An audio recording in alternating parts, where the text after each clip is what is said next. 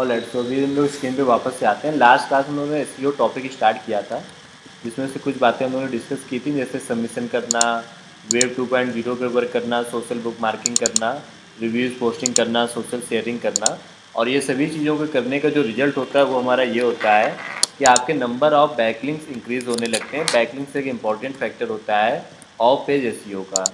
Backlinks बनाने के जो तरीके हम लोग डिस्कस किए उनमें से अभी तक पहला तरीका था सबमिशन करना, सोशल बुक मार्किंग करना,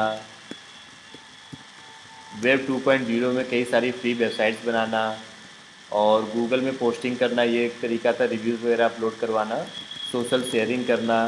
इसके अलावा कई और भी तरीके होते हैं जो अभी हम लोग डिस्कस करेंगे कि कैसे नंबर ऑफ़ बैकलिंक्स इंक्रीज़ किए जाएँ। अगर गूगल में ऊपर आना है तो उसके लिए बैकलिंक्स का होना बेहद ज़रूरी है।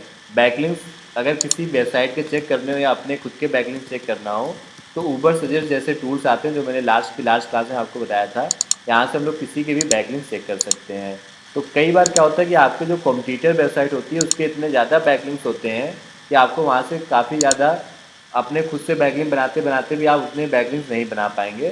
फॉर एग्जांपल जैसे ये कंपनी है centuryply.com, अगर हमें इसके कंपटीशन में अपनी वेबसाइट को ऊपर लाना है तो उसके लिए हम लोगों को देखना पड़ेगा कि इस वेबसाइट के भी कितने बैकलिंक्स हैं। बैकलिंक चेक करने के लिए ऊबर सजेस्ट जैसे टूल्स आते हैं जहाँ से हम लोग बैकलिंक चेक कर सकते हैं। वाइज स्क्रीन अगर कहीं पर भी डाउट हो तो आप लोग पूछते जाइएगा। इस टूल पे जैसे मैं अभी आया और यहाँ पे मैंने इस वेबसाइट का नेम टाइप किया और मैंने यहाँ पर इंडिया लिख करके सर्च किया। अगर इंडिया और सर्च आ जाएगी, यही वाली क्लास आप नहीं कर देंगे। आप बैक क्या करके लीजिएगा।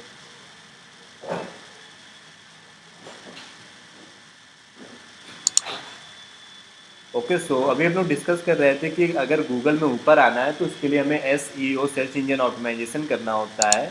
और SEO करने के लिए एक टॉपिक होता है जिसको हम लोग बोलते हैं बैकलिंक्स। बैकलिंक्स का मतलब होता है कि हमारी वेबसाइट का नाम और दूसरों की वेबसाइट्स में होना चाहिए।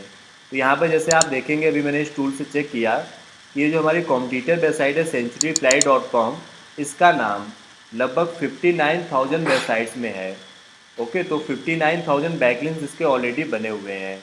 तो अगर हमें बैकलिंक्स बनाना हो तो वो हम कैसे बना सकते हैं उस बारे में हम लोग डिस्कस कर रहे थे।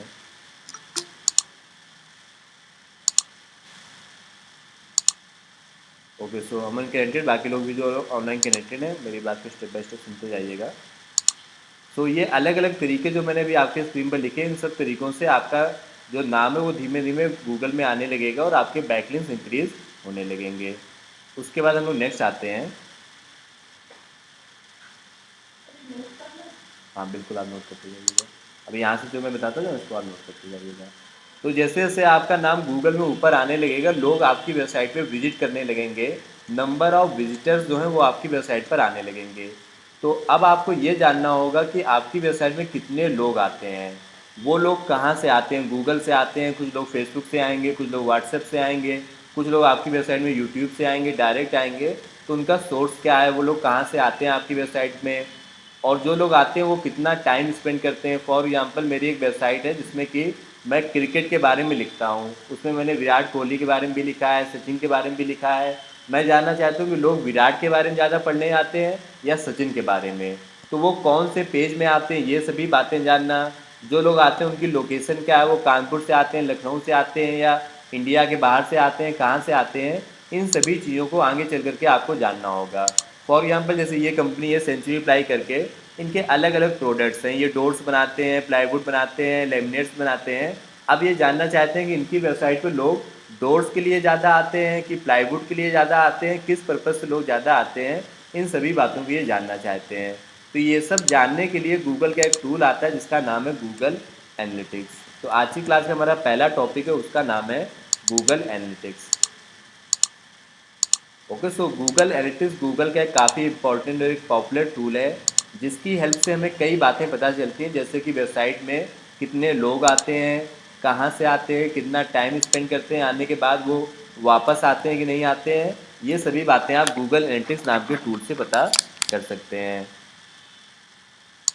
और डिजिटल मार्केटिंग का यही एक बड़ा एडवांटेज होता है बाकी मार्केटिंग के चैनल्स में, कि जैसे टीवी पे अगर मेरा ऐड आ रहा है या न्यूज़पेपर में मेरा ऐड आ रहा है तो मैं ये बिल्कुल नहीं पता कर पाऊँगा कि उस ऐड को कितने लोगों ने देखा। न्यूज़पेपर में जैसे एक घर में हो सकता है 1 पर्सन ने पढ़ा हो, या किसी ऑफ़िस में न्यूज़पेपर गया तो वहाँ हो सकता है 10 लोगों ने पढ़ा हो। तो ये बात हमें ऑफ़लाइन मार्केटिंग में नहीं पता चल पाती है, लेकिन डिजिटल मार्केटिंग में ये जो एनालिटिक्स होता है, ये काफ़ी इम्पोर्टेंट चीज़ है। एनालिटिक्स से हमें ये पता चल पाता है कि हमारी वेबसाइट में कितने लोग आ रहे हैं, कितना टाइम स्पेंड कर रहे हैं, वो क्या-क्या एक्टिविटीज़ कर रहे हैं। फॉर एग्ज़ाम्पल ये जैसे एक कॉलेज की वेबसाइट है पीएसआईटी कॉलेज की, और ये कॉलेज की वेबसाइट वाले ये जानना चाहते हैं कि अगर आप हमारी वेबसाइट पे वर्क कर रहे हैं, हमारा नाम गूगल पे ऊपर आ रहा है, तो ये बताइए वेबसाइट में कितने लोग आते हैं और आपकी वजह से ऐसा क्या इम्प्रूवमेंट आया। लास्ट ईयर जैसे आप उनको दिखा पाएंगे कि लास्ट मंथ 1000 लोग आए थे, लेकिन जब मैंने काम करना स्टार्ट किया तो इस मंथ 2000 लोग वेबसाइट पर आए। वो कौन से कोर्सेज़ को पता करने आए, जो लोग इस वेबसाइट पर आए वो कानपुर के थे या लखनऊ के थे या यूपी के बाहर के थे। ये सब बातें हमें पता चलती हैं गूगल के एक फ्री टूल से, जिसका नाम है गूगल एनालिटिक्स। काफ़ी पॉपुलर टूल है। एज अ डिजिटल मार्केटर इस टूल के बारे में आपको नॉलेज होनी चाहिए। जब आप अपना रिज्यूमे बनाएंगे तो उसमें आप मेंशन भी करेंगे कि आपको गूगल एनालिटिक्स में काम करना आता है।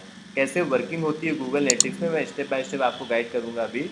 तो ये आप यहाँ पे हेडिंग डाल सकते हैं गूगल एनालिटिक्स, क्या इसका यूज़ है, कैसे वर्क होता है, एक एक करके सब कुछ समझते हैं। ओके, सो गूगल एनालिटिक्स ये टूल है। यहाँ पर इसको यूज़ करने के लिए आप गूगल पे जाना, सर्च करना गूगल एनालिटिक्स। मैं किसी अपने एक अकाउंट में ओपन करता हूँ गूगल एनालिटिक्स को।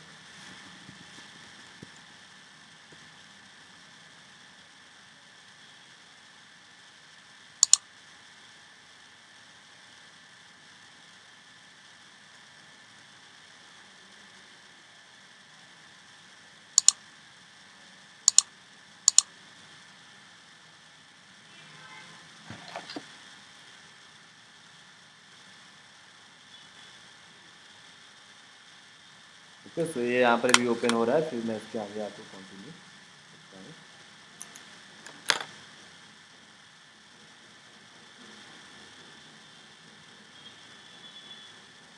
ओके, सो यहाँ पर अभी हम लोग आए हुए हैं गूगल एनालिटिक्स में। जब आप बिल्कुल फर्स्ट टाइम आएंगे तो आपको ऐसी स्क्रीन बिल्कुल भी नहीं दिखेगी।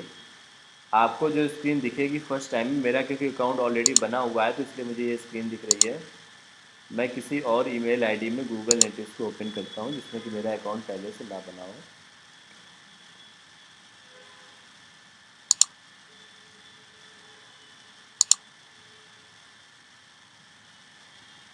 आप गूगल पे आना, सर्च करना गूगल एनालिटिक्स।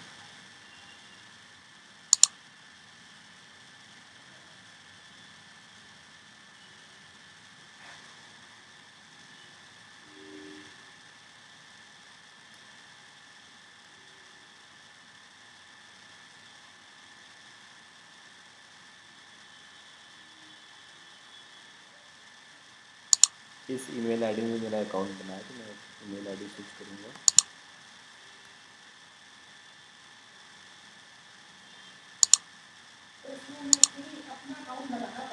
अकाउंट बनाना पड़ेगा बिल्कुल। उसके बाद ही गूगल में बता पाएगी कि वेबसाइट में कितने लोग आते हैं, कहाँ से आते हैं, क्या करते हैं, सारी बातें। हाँ, उसके लिए वेबसाइट होना भी ज़रूरी है बिल्कुल। ओके, सो ये होगी फर्स्ट स्क्रीन जब आप गूगल एनालिटिक्स को ओपन करेंगे। तो वेलकम टू गूगल एनालिटिक्स। ये गूगल का एक फ्री टूल है जो आपको हेल्प करेगा कई बातों के लिए, जैसे एनालाइज करने के लिए कि कितने लोग वेबसाइट पर आते हैं, और इस तरीके से कई चीज़ों के लिए। अब इस टूल को कैसे यूज़ करना है स्टेप बाय स्टेप समझते हैं। गूगल एनालिटिक्स को यूज़ करने के लिए आप यहाँ पे स्टार्ट मेजरिंग पर क्लिक करेंगे। यहाँ पे वो कुछ डिटेल्स आपसे मांगेगा, वो आप फिल करते हुए चले जाना। जैसे सबसे पहले बता रहा है अकाउंट का नेम। मान लेते हैं मुझे गूगल एनालिटिक्स अपनी खुद की वेबसाइट रैंक कीवर्ड्स में ऐड करना है, तो मैंने यहाँ पर लिखा रैंक कीवर्ड्स। आप जो भी नेम अच्छा लगे वो नेम यहाँ पर लिख सकते हैं, ऑप्शनल है एक तरीके का। इसमें सब में आप टिक करते हुए आगे बढ़ते हुए चले जाइए। यहाँ पे आपसे फिर से अकाउंट का नेम या प्रॉपर्टी नेम मांग रहा है, वहाँ पे फिर से आप वही रैंक कीवर्ड से आपकी कंपनी का जो भी नाम है वो लिख दीजिए। लोकेशन आप इंडिया ले लीजिए। Currency INR, Indian rupees. Next. यहाँ पे ये सब बेसिक बेसिक बातें पूछा, जैसे बिजनेस आपका किस टाइप का, तो मैंने कहा एजुकेशन का है। कितने लोग आपकी कंपनी में हैं वो आप सिलेक्ट कर लीजिए। इन सब में कोई टिक करना चाहो तो टिक कर सकते हो, अदरवाइज ऑप्शनल, कोई से खास फर्क नहीं पड़ता है। जो जो बातें वो बताता जा रहा है, जैसे साइन अप किया जाता है फेसबुक या इंस्टाग्राम में, लोग अकाउंट बनाते हैं तो जो जो बातें होती हैं सब लिखते हुए चले जाते हैं, वैसे यहाँ पर भी है। और इस तरीके से हमारा अकाउंट यहाँ तक बन जाएगा। हेलो, इस साइड आ जा रहा है जहाँ सोफा पड़ा हुआ है।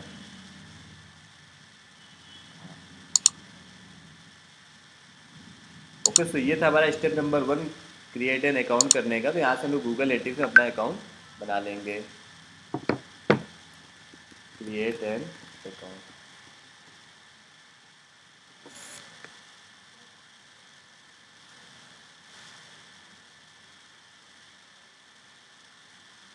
सर जी, हाँ पूछिए। यहाँ पे ईमेल आईडी नहीं पूछता है। क्या आ रहा है स्क्रीन पर, आप शेयर करिए। ईमेल आईडी क्यों नहीं ओपन हो रहा है वैसे? नहीं नहीं नहीं नहीं, ईमेल आईडी नहीं पूछता है क्या? नहीं, ईमेल आईडी पूछा था, जो मेरी जीमेल में ऑलरेडी लॉगिन थी ना, उसी से हम लोगों ने लॉगिन किया है। ओके, हाँ। आ जाओ, कैसे हो, सब बढ़िया। आ जाओ, बगल में बैठो, वहीं आने से दोगे। आ जाओ दीदी, आ जाओ दीदी।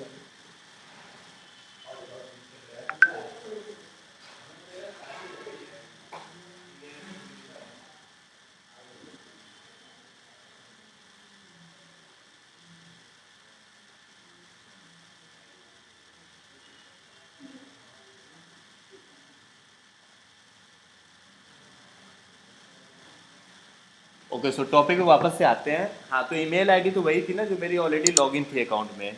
उसी ईमेल आईडी को उसने वहाँ पे बाय डिफ़ॉल्ट ले लिया। तो जैसे मेरी ये वाली ईमेल आईडी लॉगिन थी, इसको उसने वहाँ पर ले लिया। तो ये था स्टेप नंबर 1। गौर से इसको सेटअप करना, देखिए कैसे सेटअप करते हैं। तो सबसे पहले मैंने अपना अकाउंट बनाया। अकाउंट बनाने में जो जो बातें वो मांगता गया वो सब मैं फिल करता हुआ चला गया। अकाउंट मेरा यहाँ पर बन गया। अगला स्टेप यहाँ पर आता है कि आपकी जो वेबसाइट है उसको यहाँ पर ऐड करना। Add your website. तभी वो बता पाएगा कि आपकी वेबसाइट में कितने लोग आते हैं, कहाँ से आते हैं। तो वेबसाइट कैसे ऐड करते हैं देखिएगा इस स्क्रीन पर। यहाँ पे देखो लिखा हुआ है वेबसाइट ऐड करना है, या मोबाइल ऐप ऐड करना है, या iOS में कोई मोबाइल ऐप है उसको ऐड करना है। तो यहाँ पे हम लोग ले लेंगे कि मुझे अपनी वेबसाइट ऐड करना है, वेब। इसके बाद अपनी वेबसाइट का यहाँ पे URL एंटर करेंगे। जैसे मेरी वेबसाइट है www.rankkeywords.in, और उसका नेम दे दीजिए फिर से वही रैंक कीवर्ड, और इसको क्रिएट स्ट्रीम कर दीजिए। इसको स्ट्रीम भी बोलते हैं वेबसाइट ऐड करने को, क्रिएट स्ट्रीम। तो यहाँ पे मैंने अपनी वेबसाइट को ऐड कर दिया। ये था मेरा स्टेप नंबर 2। अब इस वेबसाइट में कितने लोग आते हैं, कहाँ से आते हैं, ये सारी बातें गूगल में बताएगा। ऐसे तो मैं अपने कॉम्पिटिटर की वेबसाइट भी ऐड कर सकता था, तो गूगल मेरे कॉम्पिटिटर की डिटेल भी बताने लगता। इसलिए गूगल ने एक और रूल बना रखा है यहाँ पे स्टेप नंबर 3 में, कि आपने जो वेबसाइट ऐड की है उसको वेरीफाई करो कि वो वेबसाइट आपकी है या नहीं है। ऐसे तो आप किसी की भी वेबसाइट बता सकते हो और उसका मिसयूज़ भी कर सकते हो। मैं यहाँ पे भी अमेज़ॉन की वेबसाइट बता दूंगा तो मुझे पता चल जाएगा अमेज़ॉन की वेबसाइट में कितने लोग आते हैं, कहाँ से आते हैं, क्या देखने आते हैं। तो इसके लिए स्टेप नंबर 3 है कि ये बात वेरीफाई करके दिखाओ कि ये वेबसाइट आपकी है। वेरीफाई करने के लिए गूगल क्या करता है, गौर से देखिएगा स्क्रीन पर। वेरीफाई, ये जो अगला स्टेप यहाँ पर लिख कर क्या है ना, इंस्टॉल योर गूगल टैग। इसका मतलब ये है कि गूगल आपको एक छोटा सा कोड देगा। ये दो कोड है यहाँ पर। इस कोड को आप अपनी वेबसाइट में पेस्ट करके दिखाइए तो गूगल ये बात मान लेगा कि ये वेबसाइट आपकी है। अगर आप इस कोड को पेस्ट नहीं कर पाएंगे तो आपको बिल्कुल भी गूगल नहीं बताएगा कि इस वेबसाइट में कितने लोग आते हैं, कहाँ से आते हैं, कौन से पेज पे आते हैं। तो ये जो कोड है, हमें इस कोड को अपनी वेबसाइट पर ऐड करना है। तो स्टेप नंबर 3 है copy code and paste in your website. अब ये कोड कैसे कॉपी पेस्ट होता है वो आप, अगर आपने वेबसाइट बनाई तो आप खुद कर लेंगे, नहीं तो जिसने वेबसाइट बनाई उसको आप ये कोड भेज दीजिए, वो इस कोड को वेबसाइट में पेस्ट कर देगा। तो जो लोग वेबसाइट बनाते हैं उनको अच्छी तरीके से पता होता है कोड कहाँ पर पेस्ट किया जाता है। तो ये 3 स्टेप करने के बाद आपका अकाउंट बन चुका होगा गूगल एनालिटिक्स में, और अब आपको ये पता चल जाएगा कि इस वेबसाइट पे कितने लोग आते हैं और क्या क्या चीज़ें होती हैं। उसको हम लोग बोलते हैं रिपोर्ट चेक करना। तो ये जो कोड कॉपी पेस्ट करने वाला काम है, अभी ऐसा मैं मान के चल रहा हूँ कि आप में से ज़्यादातर लोग वेबसाइट बनाना नहीं जानते हैं। तो इस कोड को बस आप इतना याद कर लीजिए, कॉपी करके वेबसाइट में कहीं पेस्ट करना है। फिर जब हम लोग वेबसाइट बनाना सीखेंगे तब मैं आपको उस टाइम पर फिर से बताऊँगा कोड कहाँ पर पेस्ट करते हैं। डन। मेन बात आती है इसके बाद की। ये तो एक बार अकाउंट सेटअप हो गया, यहाँ से आपका अकाउंट बन गया।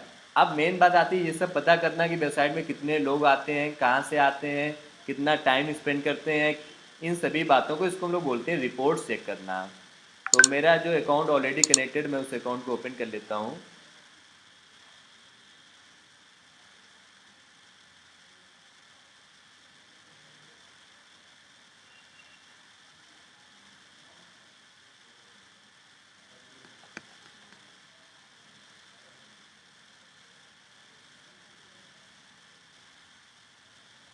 तो ये जैसे मेरा कोई अकाउंट ऑलरेडी कनेक्टेड और उस अकाउंट में यहाँ पर उसके रिजल्ट शो हो रहे हैं।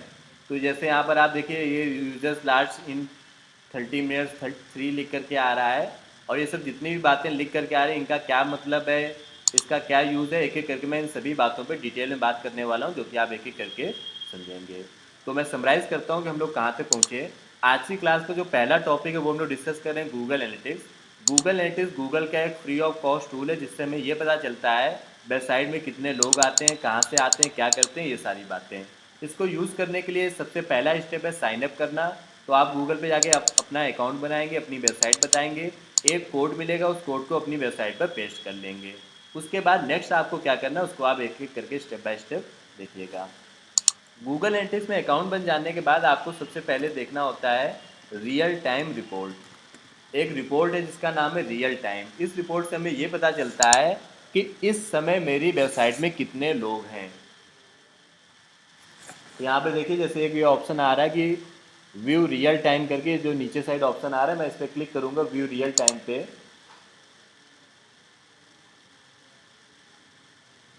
तो यहाँ पे जैसे देखो लिख करके आ रहा है कि इस समय मेरी वेबसाइट पे 3 लोग हैं। उनमें से कुछ लोग डेस्कटॉप पे हैं, कुछ लोग मोबाइल पे हैं। और वो लोग कहाँ से ओपन किए हुए हैं इस वेबसाइट को, उन तीनों लोगों की लोकेशन, 2 लोग कानपुर से और एक लोग की लोकेशन यहाँ पे नहीं दिख रही है। किसी ने यहाँ पे लोकेशन एक कानपुर से है और एक बाकी लोकेशन यहाँ पे भी नहीं लिख करके आ रही है। तो रियल टाइम ये एक कॉलम आता है यहाँ पर, आप गौर से देखिए रियल टाइम। रियल टाइम का मतलब होता है वेबसाइट में कितने लोग हैं। जैसे अभी 3 शो कर रहा है। इसी वेबसाइट को अगर मैं अपने फ़ोन में ओपन करूँगा, rank keyword dot in website है। जैसे सचिन जी आप इसको पुणे से ओपन कर सकते हैं, तो यहाँ पर अभी 4 लिख करके आ जाएगा। और ये भी लिख करके आ जाएगा कि एक पर्सन ने पुणे से इसको ओपन किया हुआ है। तो जैसे मैंने अपने फ़ोन में इस वेबसाइट को ओपन कर रहा हूँ, आप भी इसको लैपटॉप या मोबाइल पे ओपन कर सकते हैं। तो यहाँ पे नंबर थोड़ा सा और इंक्रीज़ हो जाएंगे। ठीक है, लेट इट ओपन।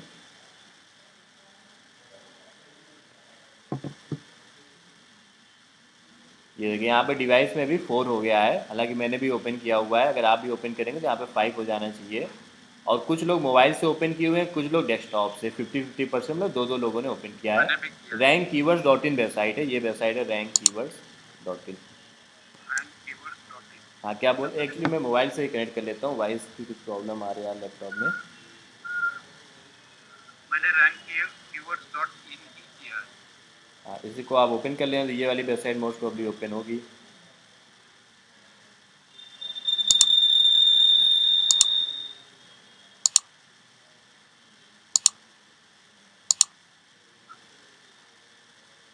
ओके, सो अभी मैंने मोबाइल से कनेक्ट कर लिया, तो अगर आप भी कुछ बोलेंगे तो मुझे वॉइस आ जाएगी।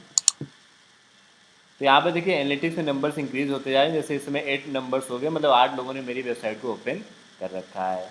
और यहाँ पर लोकेशन भी शो कर रहा है कि कौन सी लोकेशन पे किसने किसने ओपन कर रखा है। ये देखो पुणे यहाँ पे लोकेशन में आ गया। एक जन ने पुणे से ओपन कर रखा है, बाकी सभी लोगों ने कहाँ कहाँ से ओपन किया हुआ है वो यहाँ पे मैप में मुझे दिखने लगेगा। तो ये है रियल टाइम रिपोर्ट।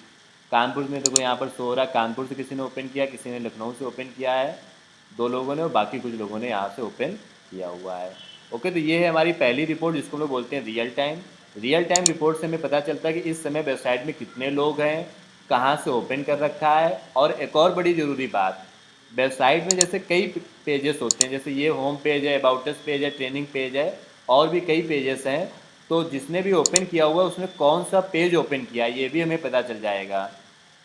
ये देखो, किसी ने होम पेज ओपन कर रखा है, किसी ने ये वाला पेज ओपन कर रखा है, किसी ने ये वाला पेज। तो ये बात भी हमें यहाँ से पता चल जाती है कि जिन्होंने ओपन किया हुआ है उन्होंने कौन सा पेज ओपन किया हुआ है। तो रियल टाइम रिपोर्ट आगे चल करके आपके काफ़ी सर काम। वॉइस नहीं आ रही है।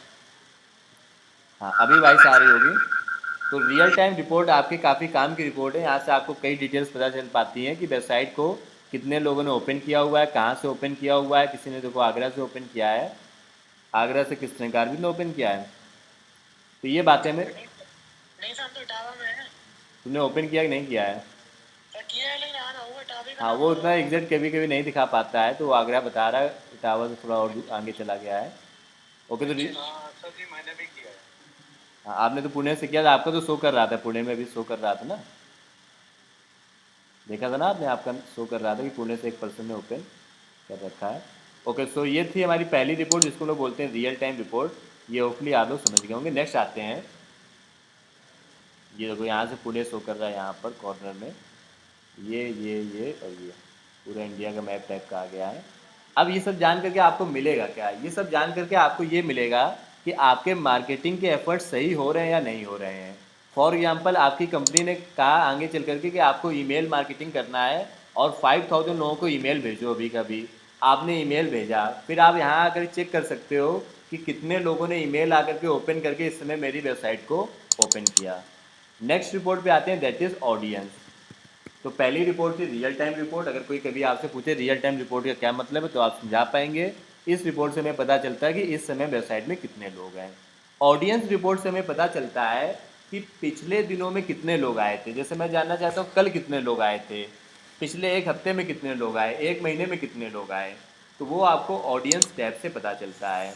कैसे पता चलता है, let's see. So real time report के बाद यहाँ पर आप देखेंगे आपको एक ऑप्शन दिखेगा ऑडियंस करके।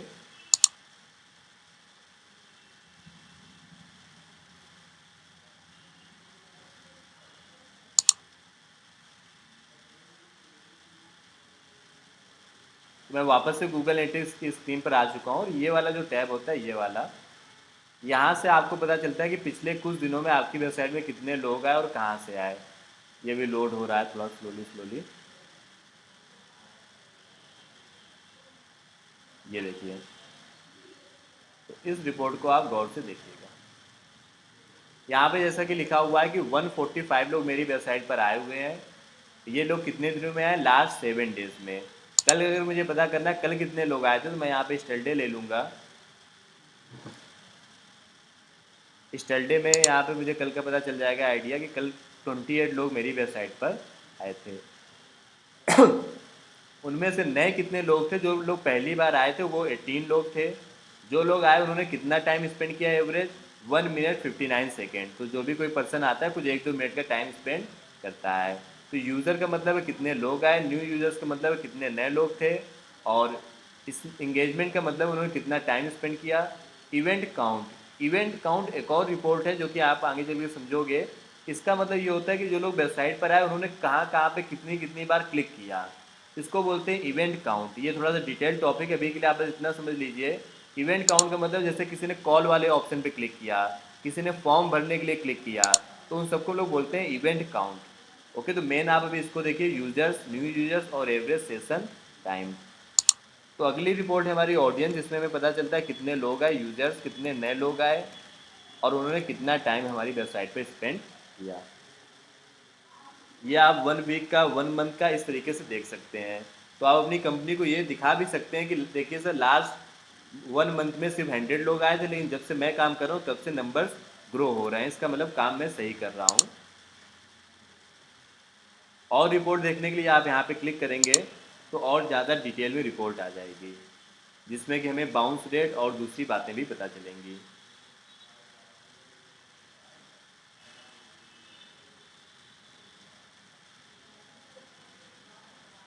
तो यहाँ पर आप नीचे जाकर के ये सब देख सकते हैं कि जो लोग पिछले हफ्ते आए थे उनमें से लोग कहाँ कहाँ से आए थे। जैसे इंडिया से, यूनाइटेड से, चाइना, रशिया से, तो बॉट्स होते हैं, मतलब फेक टाइप के अकाउंट। मेन आपका इंडिया से 141 लोग आए थे। कहाँ से आए थे ये सब तो आपको पता चल ही जाएगा। ये देखिए, यहाँ पर आपको पता चलेगा कौन कौन से पेजेस में आए थे। जैसे जो फर्स्ट वाला पेज है उसमें इतने लोग आए, इस वाले पेज में इतने लोग आए। तो यहाँ पर ये अलग अलग पेजेस आपको दिख रहे हैं कि कौन से पेज में कितने लोग आपकी वेबसाइट पर आए थे। ओके, तो ये होता है व्यूज़ कि किस पेज पर कितने लोग आए। तो यहाँ से आपको लोकेशन भी पता चल जाती है कि कौन सी लोकेशन से लोग आए। लोकेशन के अलावा आप ये भी जान सकते हैं कि जो लोग आए थे वो मेल ज़्यादा थे, फीमेल ज़्यादा थे, कौन से एज ग्रुप के लोग थे, उनके डेमोग्राफिक्स भी पता चल जाते हैं, इसको डेमोग्राफिक्स बोलते हैं।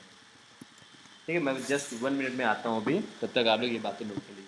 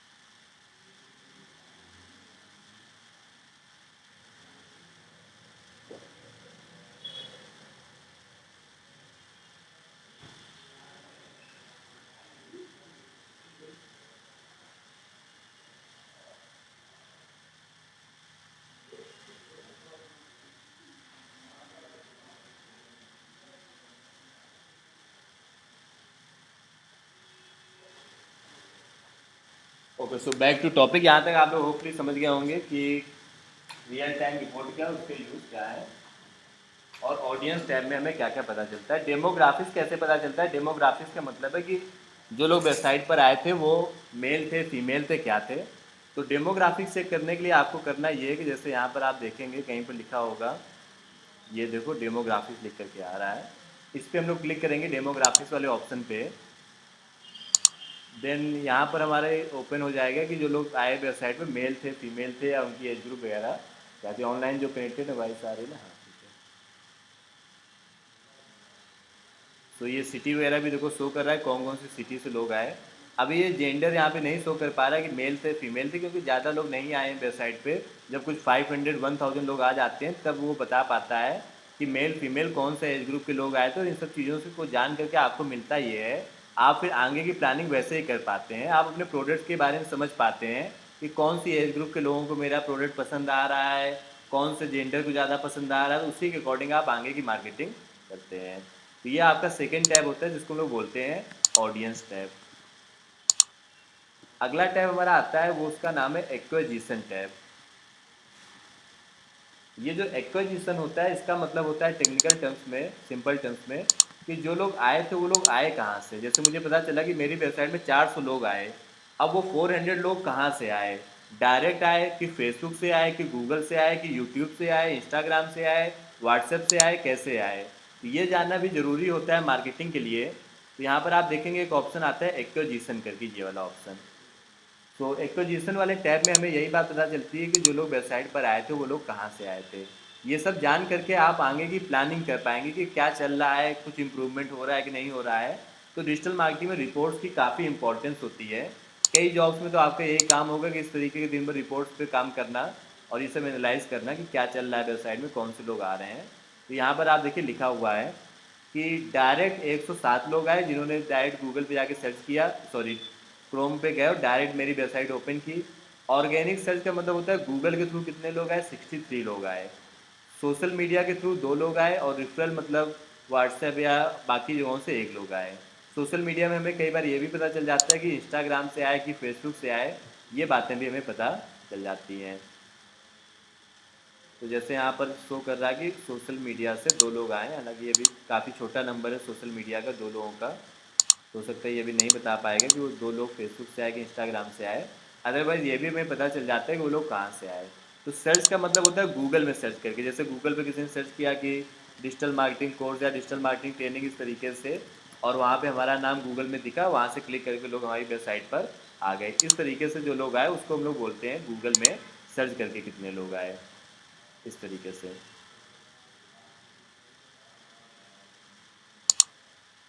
उसके अलावा ये जो बाकी लोग आए हमारी वेबसाइट में दूसरे तरीक़ों से, वो भी यहाँ पर लिख करके आ जाते हैं। इसको हम लोग बोलते हैं एक्विजिशन।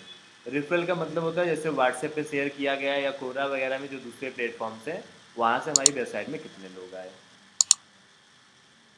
तो रियल टाइम रिपोर्ट हो गया, ऑडियंस रिपोर्ट हो गया, एक्विजिशन रिपोर्ट हो गया। एक चीज़ और आप देखिए, ये जो गूगल का डैशबोर्ड आप देख रहे हैं इस समय, गूगल एनालिटिक्स का डैशबोर्ड, एक तो डैशबोर्ड ये वाला होता है जो आपको भी स्क्रीन पर दिख रहा है। कुछ टाइम पहले, अभी से कुछ 2-3 महीने पहले, गूगल का जो डैशबोर्ड था वो पूरी तरीके से बिल्कुल अलग था। गूगल लगातार अपने डैशबोर्ड बदलता रहता है। तो मैं एक बार आपको ओल्ड वाला डैशबोर्ड भी दिखा देता हूँ, हो सकता है कहीं पर आपको वही ओल्ड वाला ही डैशबोर्ड दिख जाए। तो मैं साइड में ओपन कर लेता हूँ वो ओल्ड वाला भी डैशबोर्ड। अमन ऑफलाइन नहीं आ पाया आज, ऑनलाइन तो कनेक्टेड है ना।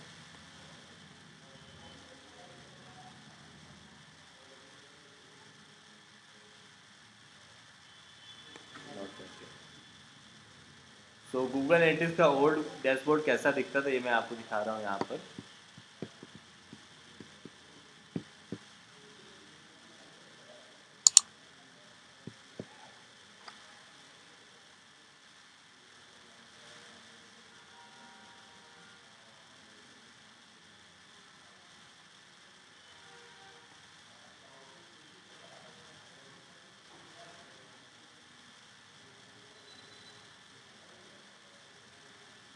ओके, तो ये देखिए गूगल एनालिटिक्स का ओल्ड डैशबोर्ड है। तो ये जो मैं टैब आपको बता रहा था ना, रियल टाइम ऑडियंस एक्विजिशन, ये देखो साइड में वहाँ पे ऐसे आते हैं। तो एक तो ये वाला डैशबोर्ड होता है, और एक डैशबोर्ड होता है हमारा ये वाला जो अभी ओपन था। एक ये वाला हो गया और एक हो गया ये वाला। तो दोनों हैं गूगल एनालिटिक्स के डैशबोर्ड, ये थोड़ा सा अलग आता है और ये थोड़ा सा डैशबोर्ड अलग है। तो ये नया वाला डैशबोर्ड है और ये हमारा ओल्ड वाला डैशबोर्ड। हालांकि ये ज़्यादा सिंपल डैशबोर्ड है।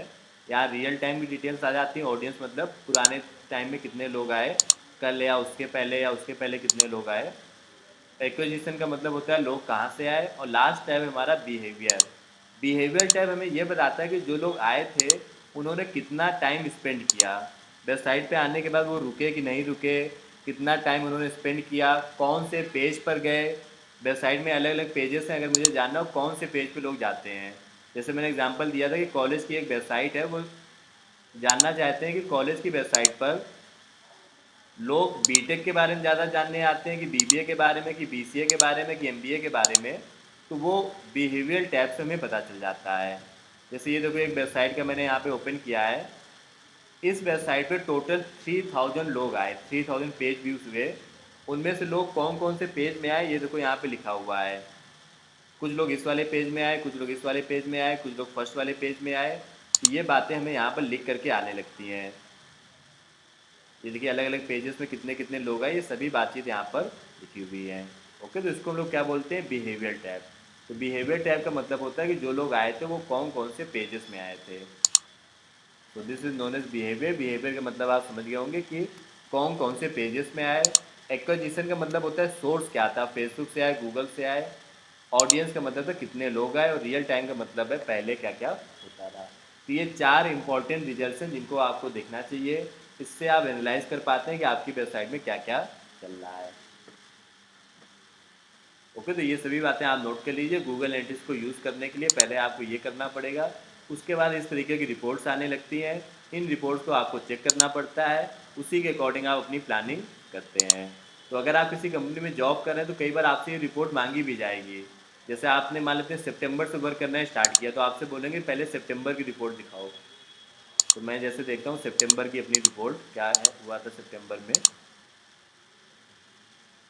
तो सितंबर में आए, सपोज मेरी वेबसाइट में 994 पेज व्यूज़ हुए। इसको मैं डाउनलोड भी कर सकता हूँ इस रिपोर्ट को, ये देखो ऑप्शन आता है डाउनलोड करने का। तो कई बार जो अच्छी कंपनीज होती है उनमें से आपकी ये रिपोर्ट चेक भी की जा सकती है 2 महीने 3 महीने में एक साथ, कि सितंबर के में मान लेते हैं 994 लोग आए। तो अक्टूबर में अगर आपने काम किया है तो उससे ज़्यादा लोग आने चाहिए। लेट से अक्टूबर में क्या हुआ, वर्क करने का मतलब ये है कि आपने डिजिटल मार्केटिंग की, उनके लिए ऑनलाइन ऐड रन करने से लेकर के गूगल पे काम करना, फेसबुक पे काम करना, ये सब काम अगर किया गया तो देखो कुछ इंप्रूवमेंट हुआ। चलो 994 से ज़्यादा होकर के 1028 लोग आए। हालांकि कोई बड़ा इंप्रूवमेंट नहीं है, लेकिन हाँ चलो कुछ लोग आए। नवंबर में और भी ज़्यादा नंबर बढ़ने चाहिए। लेट्स सी कुछ इंप्रूवमेंट हुआ कि नहीं हुआ। तो नवंबर में और उल्टा नंबर कम हो गया, जो कि एक अच्छा सिग्नल नहीं है। तो इस तरीके से हम लोग यहाँ पे रिपोर्ट्स को चेक कर सकते हैं। एक रिपोर्ट और आती है, बड़ी इंपॉर्टेंट रिपोर्ट होती है, BR या बाउंस रेट। इसको मैं नोट कर देता हूँ अलग से। बाउंस रेट, ये वर्ड आप अक्सर सुनेंगे, कई बार सुनेंगे, BR या बाउंस रेट। इसका मतलब होता है कि जो लोग वेबसाइट पर आए थे उनमें से कितने लोग वेबसाइट पर आने के तुरंत बाद वापस चले गए, बिना कहीं क्लिक किए, बिना कोई पेज विजिट किए, कुछ 5 से 10 सेकंड में वापस चले गए। तो जैसे यहाँ पे बाउंस रेट है 74%। तो बाउंस रेट का सिंपल लाइन में, एक लाइन में यही मतलब है कि जो लोग वेबसाइट पर आए उसमें से कितने लोग बिना क्लिक किए वापस चले गए। तो 74% लोग ऐसे थे जो आए और वापस चले गए कुछ ही टाइम में। तो the percentage of single page session in which there are no interaction with the page is known as bounce rate. तो बाउंस रेट का सिंपल टर्म्स में यही मतलब होता है कि कितने लोग आकर के वापस चले गए। जैसे 74% एक अच्छा बाउंस रेट नहीं माना जाता है। हमारी कोशिश ये होती है कि वेबसाइट पर लोग अगर आ रहे हैं तो थोड़ा सा टाइम दें, रुकें, वेबसाइट पे आकर के फॉर्म भरें, क्लिक करें, कॉल करें, व्हाट्सएप पे जाएं। ये नहीं कि आकर के वापस चले गए। तो उससे हमें मिला क्या? जैसे मान लेते हैं वेबसाइट को एक ऑफिस की तरह आप समझ सकते हैं, कोई शॉप है मोबाइल की, वहाँ पर लोग आए और आकर के वापस चले जाएं तो उससे कोई फ़ायदा नहीं। लोग आकर के रुकें, देखें, चीज़ों को बाई करें, तब हमें उसका फ़ायदा होता है। ओके, तो इसको हम लोग बोलते हैं बाउंस रेट। तो ये कुछ मैट्रिसेस हैं, इनको आप लोग अच्छे से देख लीजिए, समझ लीजिए, और होपफुली इसको आप लोगों को क्लियर भी हो गया होगा। तो ये था गूगल का पहला टूल, गूगल एनालिटिक्स, जिससे कि हमें एक आइडिया मिल पाता है कि हमारी वेबसाइट में क्या क्या चल रहा है। तो ये तो हम लोग सिर्फ अब, हाँ पूछिए।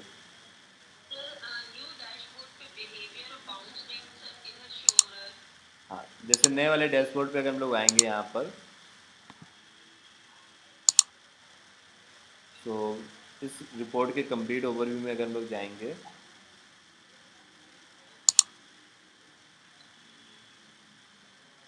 बिहेवियर तो वैसे यहीं पर शो हो रहा है। ये देखिए आप, बिहेवियर का टैब आ रहा है।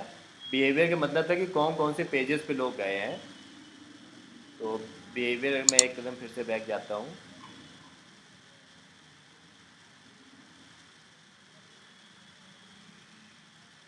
तो यहाँ पे बिहेवियर शो होता है कि कौन कौन से पेज पे लोग गए हैं। इस पेज पे गए, इस पेज पे गए, इस पेज पे गए। तो ये सारी बातें यहाँ पे बिहेवियर वाले टैब की आ जाएंगी। बाउंस रेट अभी डायरेक्ट सामने तो कहीं पर नहीं दिख रहा है, तो मैं यहाँ पे सर्च कर लेता हूँ बाउंस रेट।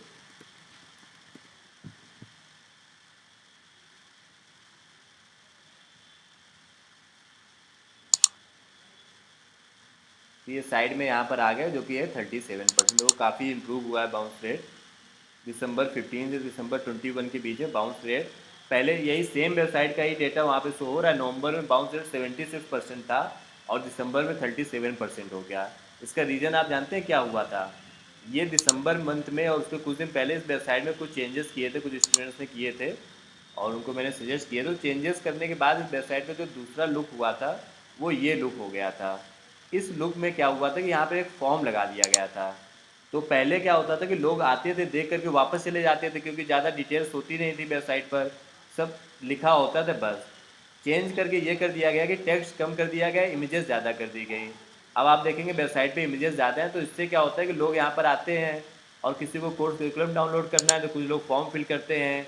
जगह जगह पर क्लिक की बटन्स लगी होंगी, जैसे यहाँ पर देखो एक बटन लगी है डाउनलोड की।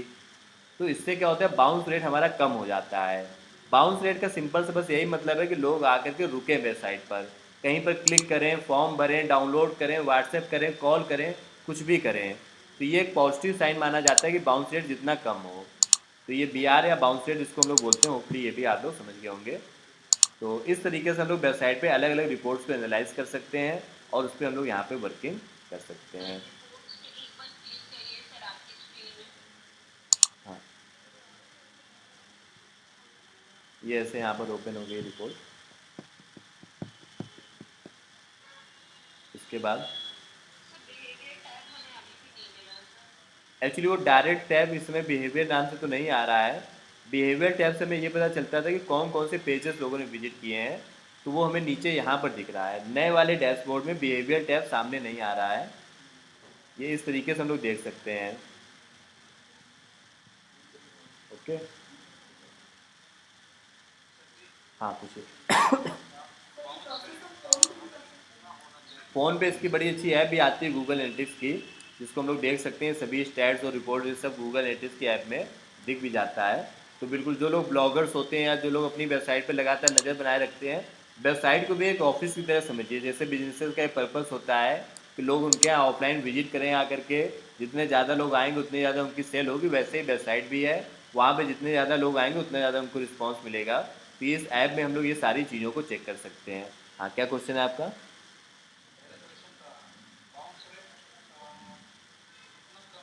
आइडियली 50% से तो कम होना चाहिए। 50% के आसपास का बाउंस रेट एक ठीक माना जाता है कि अगर 50% लोग आते हैं और क्लिक वगैरह कर रहे हैं तो सही है बाउंस रेट। ओके, सो ये गूगल एनालिटिक्स की मोबाइल ऐप भी आती है, बाकी इसको हम लोग लैपटॉप पर भी काम कर सकते हैं। एक बार में कई लोग गूगल एनालिटिक्स को चेक करते हैं। जैसे मान लेते हैं कि एक बड़ी कंपनी है, उस कंपनी में 5-6 लोग सोशल मीडिया पे काम कर रहे हैं, कुछ लोग गूगल पे काम कर रहे हैं, कुछ लोग यूट्यूब पे काम कर रहे हैं, और सभी लोग ये रिपोर्ट्स देखना चाहते हैं। तो आप इसका एक्सेस कई लोगों को भी दे सकते हैं। यहाँ पे एडमिन करके एक ऑप्शन आता है, इस पर क्लिक करिए तो आपको अपनी ईमेल आईडी पासवर्ड नहीं शेयर करना है, आप ऐसे भी एक्सेस दे सकते हैं। अकाउंट एक्सेस करके ऑप्शन आ रहा है, इस पर जाइए और जिसको भी एक्सेस देना चाहे उसकी ईमेल आईडी एंटर करके हम लोग एक्सेस दे सकते हैं। तो कई बार आपकी कंपनी में जो आपके मैनेजर होंगे उनके पास भी एक्सेस होगा, आपके पास भी एक्सेस होगा, तो कई लोगों को यहाँ पे एक्सेस दिया जा सकता है। जिसको भी एक्सेस देना उसकी ईमेल आईडी यहाँ पे एंटर करो और इसको जा करके एडमिन का एक्सेस या एडिटर का एक्सेस या एनालिस्ट का या व्यूअर का, हर एक्सेस में अपने अपने कंट्रोल होते हैं। जैसे एडमिन का एक्सेस अगर आप किसी को दे देंगे तो वो आगे किसी और को भी एक्सेस दे सकता है और वो आपको हटा भी सकता है। एडिटर का जिसके पास एक्सेस होगा वो किसी और को तो एक्सेस नहीं दे पाएगा, लेकिन वो बाकी कंट्रोल चीज़ें कर सकता है, जैसे कि देख सकता है, कोई नई वेबसाइट ऐड कर सकता है, इस तरीके की चीज़ें। एनालिस्ट वाला सिर्फ देख सकता है और नई वेबसाइट वगैरह ऐड नहीं कर सकता है।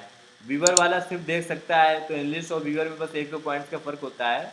नन मतलब वो कुछ भी नहीं कर सकता है। तो फिलहाल तो मैं एडमिन का एक्सेस दे देता हूँ और ऐड, तो उसके ईमेल में नोटिफिकेशन आ जाएगा कि आपको एक्सेस मिल गया है। तो ये डिफरेंट डिफरेंट टाइप के एक्सेस हैं, वो भी हम लोग दे सकते हैं। तो ये भी मैं नोट करा देता हूँ कि आप गूगल एनालिटिक्स में यूज़र एक्सेस भी दे सकते हैं। बाउंस रेट है BR जरूर याद रखिए, ये कई बार पूछ लिया जाता है कि बाउंस रेट क्या है। तो आपका आंसर होगा कि कितने ऐसे लोग आए वेबसाइट पे जिन्होंने कहीं कोई क्लिक नहीं किया और आए और वापस चले गए। इसको हम लोग बोलते हैं bounce rate. There is no interaction by the user, percentage of users who have not interacted with website, this is known as bounce rate. Okay, so ये सभी मैट्रिसेस हैं, ये आपको गूगल एनालिटिक्स से पता चल जाएंगी। तो यहाँ से आप एक एनालिसिस कर सकते हैं कि आपकी वेबसाइट में कितने लोग आए और क्या क्या बातें हुई। अगर आपको अपने कॉम्पिटिटर की वेबसाइट पे पता करना हो कि उसकी वेबसाइट पे कितने लोग आते हैं, तो उसके लिए दूसरे टूल्स हैं। जैसे भी मैंने क्लास की स्टार्टिंग में ही आपको दिखाया था, ऊबर सजेस्ट एक टूल आता है जो हमें एक आइडिया दे देता है कि हमारा जो कॉम्पिटिटर है उसकी वेबसाइट में कितने लोग आते हैं। तो आप ऊबर सजेस्ट में जाएंगे, यहाँ पे अपने कॉम्पिटिटर की वेबसाइट लिखिए और इसको सर्च कर लीजिए।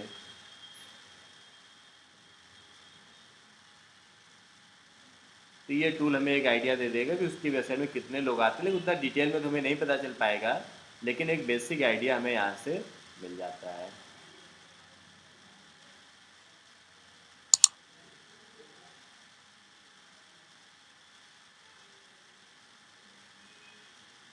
तो यहाँ पे जैसे मैंने इस वेबसाइट को ओपन किया, किसी कॉम्पिटिटर की वेबसाइट को, तो लिख करके आ रहा है कि इसकी वेबसाइट में 1 मंथ में लगभग 3,53,000 लोग आते हैं, जो कि एक ठीक ठाक अमाउंट है। लगभग इतने लोग इस वेबसाइट को विजिट करते हैं। ओके, सो इस तरीके से हम लोग इसका ट्रैफिक यहाँ से चेक कर सकते हैं। तो कॉम्पिटिटर्स का अगर चेक करना हो तो उसके लिए ऊबर सजेस्ट जैसे कई टूल्स आते हैं जहाँ से हम लोग चेक कर सकते हैं। तो ये सभी बड़े छोटे छोटे पॉइंट्स हैं, इन सबको आपको नॉलेज में ज़रूर होना चाहिए। कैसे किसी कॉम्पिटिटर की वेबसाइट में ट्रैफिक चेक कर सकते हैं, अपनी वेबसाइट में कैसे चेक कर सकते हैं, और इन सभी चीज़ों को आपको प्रैक्टिकली यूज़ करना है। तो अभी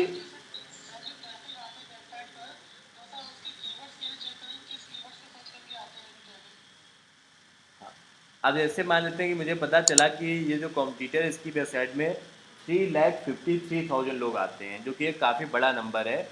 लगभग 4 लाख लोग इसकी वेबसाइट में पर मंथ आते हैं, और उससे उसको काफ़ी अच्छा रिजल्ट भी मिलता होगा। इतने ज़्यादा लोग अगर किसी वेबसाइट पे आ रहे हैं तो उसका मतलब उसको रिजल्ट भी अच्छे मिलते होंगे। तो वो लोग क्या सर्च करके आते हैं गूगल पे, ऐसा क्या लिख करके इसकी वेबसाइट पे आते हैं, वो हमें यहाँ से पता चलता है ऑर्गेनिक कीवर्ड से। तो यहाँ से जैसे मुझे पता चला कि कुछ लोग सर्च करते हैं MR प्लाईवुड, तो इसमें इस वेबसाइट का नाम गूगल में ऊपर आता है, उससे कुछ लोग आते हैं। कुछ लोग सर्च करते हैं प्लाईवुड प्राइस, उससे लोग ऊपर आते हैं। तो ये सब वो कीवर्ड्स हैं यहाँ पर साइड में लिख करके आ रहे हैं जो लोग सर्च करके इस वेबसाइट पर आते हैं। तो आगे चल कर हम लोग किसी भी कंप्यूटर के बारे में एनालाइज कर सकते हैं। जैसे देखो सीट लेमिनेट एक कीवर्ड है, इसको लगभग 22,000 लोग गूगल पे सर्च करते हैं और इस वेबसाइट का नाम ऊपर आता है, उस वजह से यहाँ से ठीक ठाक ट्रैफिक इसको मिलता है। और भी देखो दूसरे कीवर्ड्स में पूरी एक लिस्ट होगी लंबी सी कि ये सर्च करके लोग इस वेबसाइट पर आते हैं। इंडिया से आते हैं, USA से भी आते हैं। सेंचुरी लैमिनेट सर्च करके लोग आते हैं। प्लस डोर एक कीवर्ड है, वो सर्च करके आते हैं। WPC डोर एक आता है, डोर की वैरायटी होती है। तो ये सब कीवर्ड्स हैं जिनको सर्च करके लोग इस वेबसाइट पर आते हैं। ये सारी बातें हमें यहाँ से पता चल पाती हैं। डन। तो इसको लोग बोलते हैं कंप्यूटर एनालिसिस करना। तो ये सभी बेसिक बेसिक से पॉइंट्स हो गए हमारे यहाँ पे गूगल एनालिटिक्स का यूज़ करना और इस सभी चीज़ों के बारे में डिस्कस करना। यहाँ तक किसी को डाउट क्वेरी हो तो आप लोग पूछ सकते हैं, अदरवाइज हम लोग नेक्स्ट आते हैं और एक छोटा सा टॉपिक और डिस्कस कर लेते हैं, फिर इसके आगे हम लोग नेक्स्ट क्लास में डिस्कस करेंगे। हाँ पूछिए। ऊबर सजेस्ट मैं ओपन कर लेता हूँ।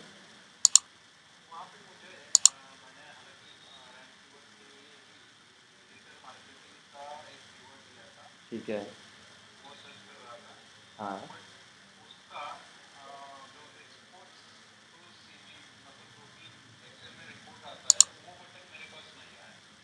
ये वाले बटन जो यहाँ पर आ रहे हैं एक्सपोर्ट टू CSV, तो इसको हम लोग एक्सपोर्ट पे क्लिक करेंगे तो वैसे आनी चाहिए। एक रीज़न ये हो सकता है कि जब हम लोग इस टूल को कई बार यूज़ कर लेते हैं तो ये बोलता है कि प्रीमियम बाई करो देन डाउनलोड कर सकते हो। तो उसके लिए हम लोग फिर प्राइवेट विंडो यहाँ से ओपन करके इनकॉग्निटिव मोड वहाँ से जाके चेक कर सकते हैं। अच्छा, एक बार आप यही वाली वेबसाइट ओपन करके देखिएगा, इसमें आ रही बटन, यही centuryply.com वगैरह सर्च करके देखिएगा, मोस्ट प्रोबेबली उस पर आ रही होगी। और भी आपने एक दो क्वेश्चन कल पूछे थे, एक बार अभी आप पूछ लीजिए क्या क्या आपने पूछा था। व्हाट्सएप पे आपने कुछ पूछा था ना, मैं चेक कर लेता हूँ आपने क्या क्या पूछा था।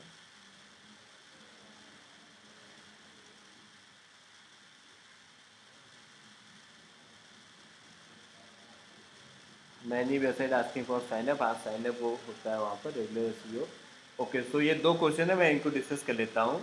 अभी जैसे हम लोग एक नॉर्मल वेबसाइट के लिए पढ़ रहे हैं कि इस वेबसाइट पे कितने लोग आते हैं, कहाँ से आते हैं, सब गूगल एनालिटिक्स से हमें पता चल जाता है। आगे चल करके जो E-कॉमर्स वेबसाइट्स होती हैं जैसे कि अमेजॉन है, फ्लिपकार्ट है, तो इनमें क्या होता है एनालिटिक्स की और ज़्यादा ज़रूरत पड़ती है। इनको तो और ज़्यादा एनालाइज करना पड़ता है। जैसे शूज़ है तो ये जानना चाहेंगे स्पोर्ट्स शूज़ वाले पेज में कितने लोग आए, कितने लोगों ने ऐड टू कार्ट किया, कितने लोगों ने बाई नाउ किया। तो जो E-कॉमर्स प्लेटफॉर्म्स होते हैं उनके लिए भी एनालिटिक्स में पार्ट है ये जो गूगल एनालिटिक्स है ना। जब इसमें हम लोग और डीप डाउन जाएंगे, अभी उसको मैं डिस्कस नहीं कर रहा हूँ, नहीं तो आप यहाँ पर देखेंगे पूरा एक E-कॉमर्स वेबसाइट के लिए भी यहाँ पे ऑप्शन आता है कि हम लोग E-कॉमर्स वेबसाइट का पूरा कॉन्फ़िगरेशन कर सकते हैं। तो यही गूगल एनालिटिक्स ही हमें E-कॉमर्स वेबसाइट का भी डेटा बताएगा कि हमारी वेबसाइट में कितने लोग आए, उन्होंने उनमें से कितने लोगों ने प्रोडक्ट को ऐड टू कार्ट किया, कितने लोगों ने परचेस किया और उससे हमारी कितनी सेल हुई। तो ये सब रिपोर्ट्स भी हमें पता चल जाती है यहाँ पर। जैसे आप देखोगे यहाँ पर किसी न किसी रिपोर्ट में ये लिखा होता है कि उससे अर्निंग कितनी हुई। ये देखो लिखा हुआ टोटल रेवेन्यू, तो अभी 0 0 लिख करके आ रहा है क्योंकि मेरी कोई E-कॉमर्स वेबसाइट तो है नहीं उसमें आकर के लोग कुछ खरीदेंगे। लेकिन E-कॉमर्स वेबसाइट में यहाँ पर टोटल रेवेन्यू में लिख करके आने लगता है कि आपकी टोटल इनकम कितनी हुई आज के दिन या पिछले एक हफ्ते में या पिछले एक महीने में। तो E-कॉमर्स वेबसाइट का SEO थोड़ा सा अलग होता है मेन SEO से। एक और यहाँ पर क्वेश्चन है आपका कि जैसे ASO क्या होता है, इसको बोलते हैं ऐप स्टोर ऑप्टिमाइजेशन। ये जस्ट फॉर नॉलेज में बता रहा हूँ, हालांकि इसका इस टॉपिक से लेना देना कुछ नहीं है। ASO एक वर्ड आप अक्सर सुनेंगे डिजिटल मार्केटिंग में।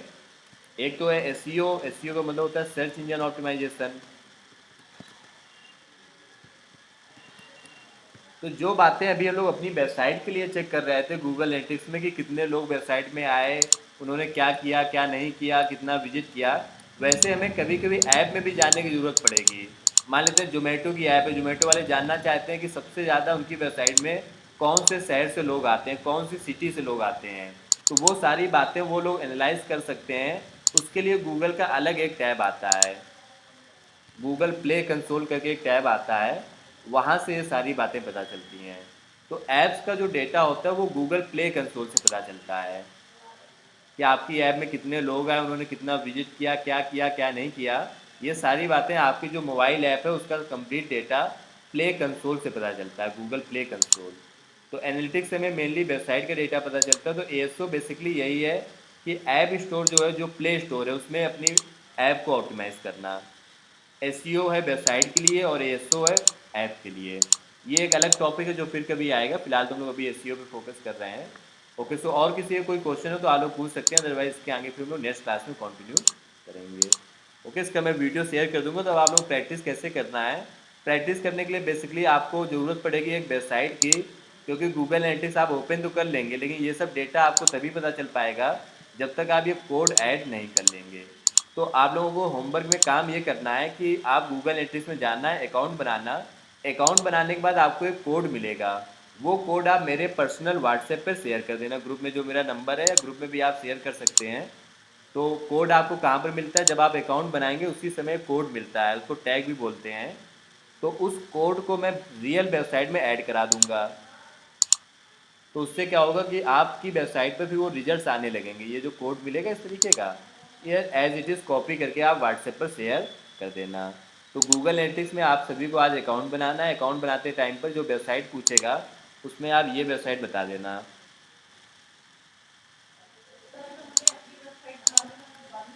हाँ, वेबसाइट बनाना हम लोग वर्डप्रेस में बिल्कुल सीखेंगे। और 5:30 पे एक क्लास होती भी है, उसमें हम लोग सीख भी रहे हैं वेबसाइट बनाना। तो आप में से जो लोग इस बैच के अलावा और भी क्लास अटेंड कर सकते हैं, जैसे कुछ लोग अटेंड करते भी हैं, क्यों गार्वित ये एक दिन में 3 क्लासें अटेंड करते हैं। तो अलग अलग क्लास में अलग अलग टॉपिक चल रहे हैं। तो ये जो वेबसाइट है इसको आप नोट कर लीजिए, इस पर आपको ये काम करना है। तो जो कोड मिलेगा वो आप मुझसे शेयर कर देना, मैं इस वेबसाइट पे ऐड करा दूंगा। उसके बाद आपको वहाँ पे डेटा शो होने लगेगा कि इस वेबसाइट पे कितने लोग आते हैं, कैसे आते हैं, रियल टाइम वाली बातें, और वो सारी बातें आपको शो होने लगेंगी। तो एक बार आपको प्रैक्टिस करना है। ये कंप्लीट क्लास रिकॉर्ड हो गई है, तो मैं इसका वीडियो भी आपसे शेयर कर दूँगा। गूगल एनालिटिक्स में जाना, अकाउंट बनाना, अपनी वेबसाइट ऐड करना, कोड वेरीफाई मैं करा दूँगा। उसके बाद ये जितनी भी रिपोर्ट्स हैं इनको आपको अच्छे से देखना है। डन।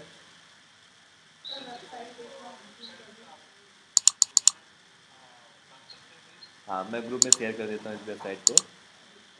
तो आप लोगों का ग्रुप कौन सा है, 6:30 है। तो इस वेबसाइट को आप लोग ऐड कर लेना।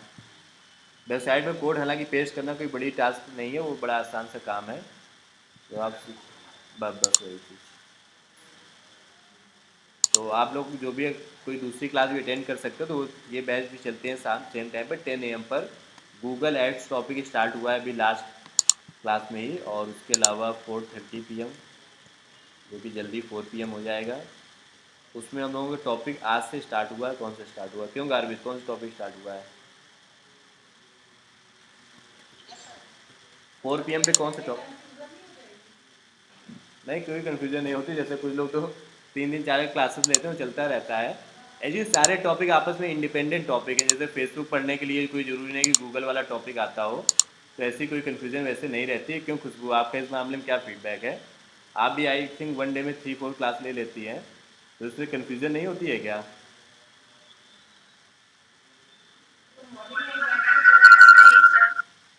हाँ, नॉर्मली नहीं होती है कन्फ्यूजन। तो इसमें तो गूगल ऐड टॉपिक चल रहा है, स्टार्ट हो गया है, कल से स्टार्ट हुआ है।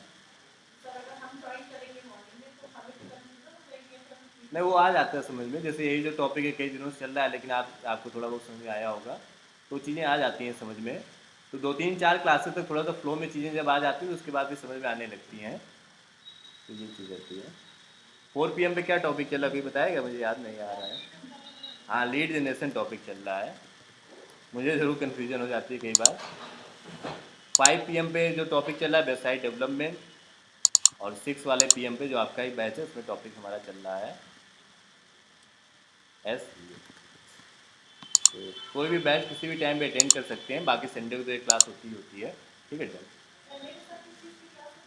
संडे को बिल्कुल न्यू टॉपिक स्टार्ट होता है कोई भी एक। टॉपिक सर अपने आप में ही रखता है, हाँ हाँ, कंफ्यूजन हर नहीं टॉपिक होता। अपना एक वो रहता है, तो उससे कोई कंफ्यूजन नहीं पुराने होता। टॉपिक के पढ़ने से कोई खास फर्क नहीं पड़ता है। हाँ, क्या क्वेश्चन है आपका? वेबसाइट वाला आपने भेजा था वीडियो। पढ़ा था आपने? नहीं, फ्रीलांसिंग आई थिंक कंप्लीट हो गया था। फ्रीलांसिंग जो,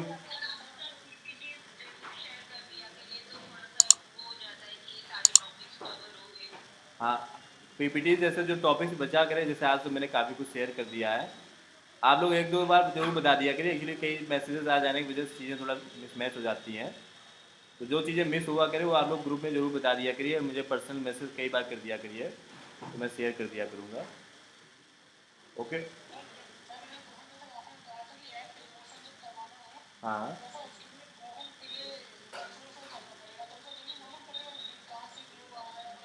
हाँ, बिल्कुल सही बात है, बिल्कुल सही।